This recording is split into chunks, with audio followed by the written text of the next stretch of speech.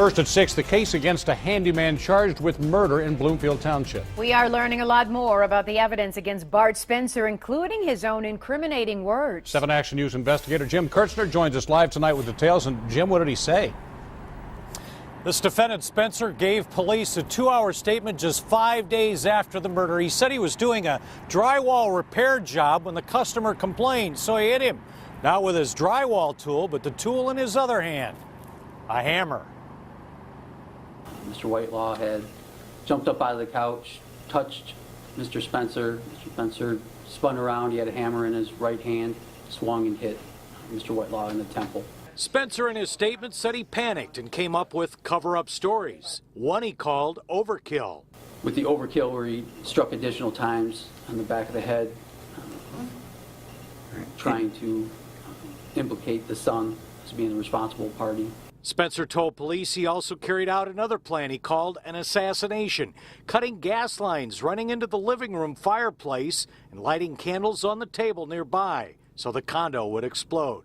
And there was this third component. So he grabbed what he called a wire, what looks like a phone cord, what he later described, that was nearby, and used that to strangle Mr. Whitelaw. Is that complete and accurate? The victim is 77-year-old William Whitelaw.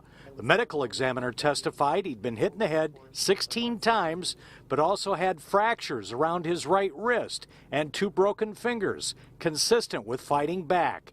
And that cord around the neck, there's much more. All of this is consistent with holding an attempt to hold Mr. Whitelaw's head steady while he was beaten. And the doctor testified Mr. Whitelaw's death was not instant. There was evidence that Mr. Whitelaw at least took a breath or two and drew some blood into his lungs as a result of the skull trauma.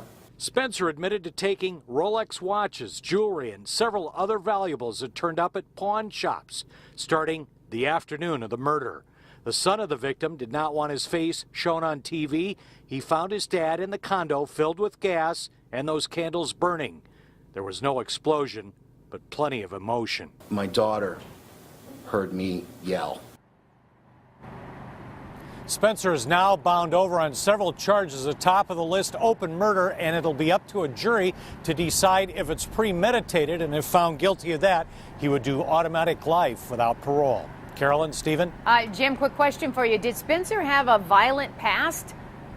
He does. 2 prior armed robberies, including a bank robbery in Ohio more than a decade ago. He did time. In 2012, he was put on a supervised release by the feds to come back to Michigan.